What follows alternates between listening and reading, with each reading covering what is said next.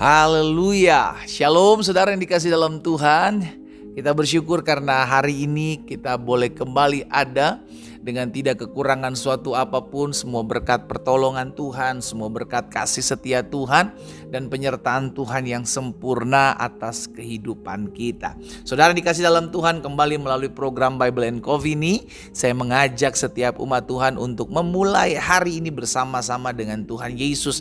Karena itu yang Yesus ajarkan buat setiap kita, carilah kerajaan Allah serta kebenarannya terlebih dahulu, maka semuanya, segala yang baik itu ditambah-tambahkan dalam kehidupan kita. Kita percaya kok hidup kita milik Tuhan. Apapun yang kita gumuli, bahkan yang hari-hari ke depan nanti kita akan hadapi, kita percaya Tuhan ada di tengah kita.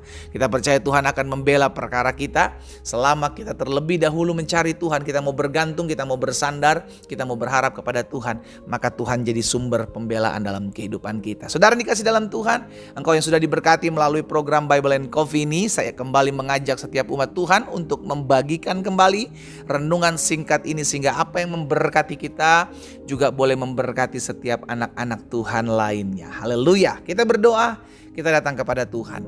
Bapa, terima kasih buat kemurahan Tuhan, terima kasih buat kasih setia Tuhan dalam kehidupan kami. Kami mengucap syukur karena hari-hari yang kami jalani semua karena pertolongan Tuhan, semua karena anugerah Tuhan. Dan kami rindu untuk mendengarkan sebagian daripada firman-Mu. Roh Kudus, urapi kami dengan roh hikmat dan wahyu. Tuhan tolong sehingga pengurapan dari tempat yang maha tinggi turun mengalir dalam kehidupan kami, sehingga hari-hari hidup kami tetap terus mempermuliakan nama Tuhan. Bicara bagi masing-masing kami ya Roh Kudus, di dalam nama Tuhan Yesus Kristus kami berdoa. Haleluya. Amin, amin. Puji Tuhan. Nah saudara yang dikasih dalam Tuhan, suatu kali Tuhan pernah berfirman buat bangsa Israel, dan saya percaya ini juga yang menjadi firman Tuhan buat setiap kita untuk kita renungkan di hari ini dalam Yesaya 55. Yesaya 55 ayat yang ke-7. Coba kita lihat sama-sama. Yesaya 55 ayat yang ke-7, firman Tuhan bilang begini, baiklah orang fasik meninggalkan jalannya dan orang jahat meninggalkan rancangannya. Baiklah ia kembali kepada Tuhan, maka dia akan mengasihaninya, dan kepada Allah kita sebab ia memberi pengampunan dengan limpahnya. Saudara yang dikasih dalam Tuhan, saya teramat yakin dan percaya bahwa kita punya Tuhan yang memiliki belas kasihan. Amin. Kita punya Tuhan yang memiliki panjang sabar. Kita punya Tuhan yang selalu terbuka pintu maafnya, pintu hatinya untuk kita kembali datang kepada Tuhan. Ini yang saya sebut seringkali dengan sebuah kesempatan. Karena setiap hari kita diberikan kesempatan untuk kembali datang kepada Tuhan, untuk tidak mengulangi kesalahan yang sama, untuk tidak melakukan kegagalan yang sama di hari kemarin. Itu sebabnya kalau kita menemukan ada di hari yang baru, saudara yang dikasih dalam Tuhan, itu membuktikan bahwa Tuhan masih mengasihi saya. Tuhan masih mencintai saya, sehingga saya kembali diberikan kesempatan ada di hari yang baru untuk kembali ada dalam anugerah Tuhan dan tidak lagi mengulangi kesalahan yang sama. Dan firman Tuhan hari ini mengingatkan bahwa orang fasik hendaklah meninggalkan jalannya, orang jahat hendaklah meninggalkan rancangannya. Itu Tuhan minta buat setiap kita, ayo datang kembali kepadaku. Baiklah ia kembali kepada Tuhan, maka dia akan mengasihinya. Dan kembali kepada Allah kita sebab ia memberi pengampunan dengan limpahnya. Saudara yang dikasih dalam Tuhan, dimanapun saudara berada, engkau mungkin hari-hari ini sedang terhilang. Engkau mungkin hari-hari ini sedang jatuh. Kita punya Tuhan yang mau memulihkan kehidupan kita, saudaraku. Mungkin sebagian kita berkata, tapi pendeta, dosa saya terlalu parah. Dosa saya terlalu najis. Saudara yang dikasih dalam Tuhan, tidak ada dosa yang terlalu merah, terlalu najis, yang tidak diputihkan, tidak bisa dipulihkan oleh Tuhan. Semua, apapun dosa dan pelanggaranmu, firman Tuhan bilang baiklah kita berperkara. Iya kan? Ayo kita berperkara. Yang Tuhan mau sekarang adalah jangan kita mengeraskan hati. Apa itu mengeraskan hati? Ketika Tuhan sudah ingatkan kita kembali, kita masih tetap, saya enak dengan berselingkuh Pak. Saya enak dengan bermain judi, duit saya lebih banyak. Saya enak lebih banyak duit kalau saya bisa berbohong terus menerus, saya nipu orang. Setiap hari kita mendengarkan firman Tuhan, dan setiap hari Tuhan mengajak kita untuk berbalik kepadanya. Kita punya Tuhan yang mengasihi hidup kita. Selagi masih ada kesempatan, jangan pernah keraskan hati kita. Saudara, dalam Ibrani pasal 3 ayat 15. Ibrani pasal 3 ayat 15 firman Tuhan bilang begini, tetapi apabila pernah dikatakan pada hari ini jika kamu mendengar suaranya, jangan keraskan hatimu seperti dalam kegeraman. Saya percaya firman Tuhan ini mengetuk pintu hati kita untuk kita datang kembali dipulihkan. Saya percaya setiap kita rindu hidup kita dipulihkan. Setiap kita rindu hidup kita diubahkan. Dan setiap kita pernah melakukan apa yang salah.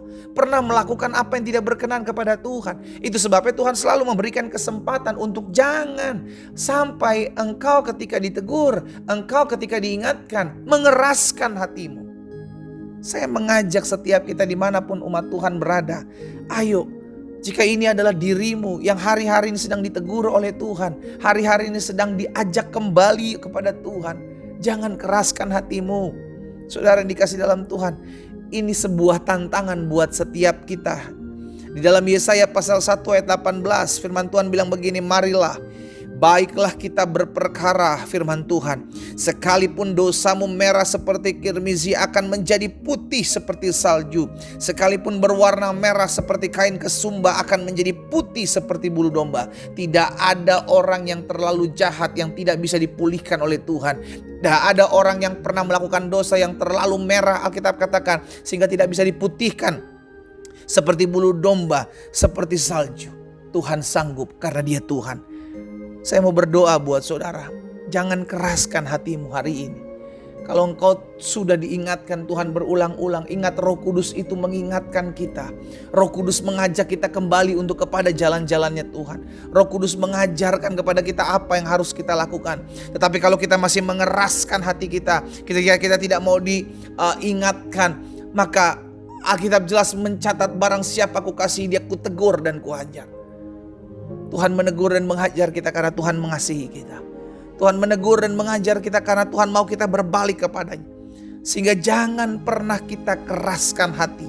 Orang yang mengeraskan hatinya adalah orang yang menolak kasih karunia Tuhan. Orang yang mengeraskan hatinya adalah orang yang menolak ketika Roh Kudus mengingatkan dia akan segala sesuatu yang harus dia lakukan. Dan orang yang mengeraskan hatinya adalah orang yang tetap mau melakukan kejahatan sekalipun dia sudah mengetahui kebenaran. Saya berdoa sehingga tidak ada lagi umat Tuhan yang mengeraskan hatinya dalam nama Yesus. Karena hati kita sudah diubahkan menjadi hati yang lemah lembut, menjadi hati yang mengasihi Tuhan. Kita berdoa, kita datang kepada Tuhan. Bapa, dalam nama Yesus, kami tahu hati kami ada di tangan Tuhan. Kami tahu hati kami sanggup dipulihkan oleh Tuhan. Tuhan pegang kendali atas hati kami. Tapi kami juga sadar sebagai manusia kami diberikan free will ketika Tuhan sudah mengingatkan kami. Ketika Tuhan sudah menghajar kami, menegur kami, baik melalui firman maupun melalui keadaan-keadaan yang terjadi. Namun kami masih mengeraskan hati kami. Oh Tuhan Yesus, jamah, pulihkan setiap umat-Mu. Sehingga kami tidak mau sampai dihajar ya Tuhan. Karena kami tahu ketika kami itu diingatkan oleh Tuhan, maka kami harus berbalik. Meninggalkan segala jalan-jalan yang mungkin selama ini kami salah di hadapan Tuhan. Oh, hamba berdoa dalam nama Yesus. Kalau ada suami-suami yang berselingkuh, istri-istri yang berselingkuh, sudah diingatkan oleh Tuhan hari ini dalam nama Yesus. Biar Tuhan jamah, pulihkan hati mereka. Mereka kembali kepada pasangan mereka yang sah di hadapan Tuhan. Karena hamba percaya Tuhan mengasihi mereka. Tuhan mengasihi kami orang berdosa. Itu sebabnya Tuhan Yesus mati bagi kami untuk menyelamatkan kami dari segala dosa dan pelanggaran kami. Hamba berdoa ya Tuhan. Kalau ada yang diantara umat-Mu yang hari-hari ini masih suka menipu, masih suka berdusta, masih suka lakukan hal-hal yang tidak memuliakan nama Tuhan, hamba berdoa dalam nama Yesus. Dimanapun mereka berada, Tuhan jamah hati mereka. Karena hamba percaya firman-Mu berkuasa memulihkan setiap kami.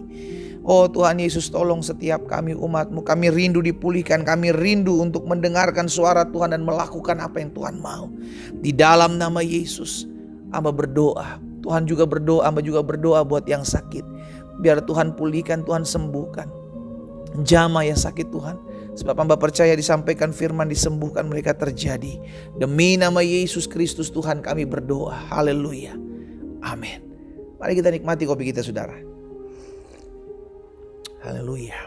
Jika Tuhan sudah ingatkan kita, jangan keraskan hati kita. Ayo datang sama Tuhan. Kerinduan Tuhan satu, agar hidup kita diubahkan, hidup kita dipulihkan, sehingga kita mengalami berkat-berkat Tuhan. Jangan keraskan hatimu. Tuhan Yesus memberkati kita.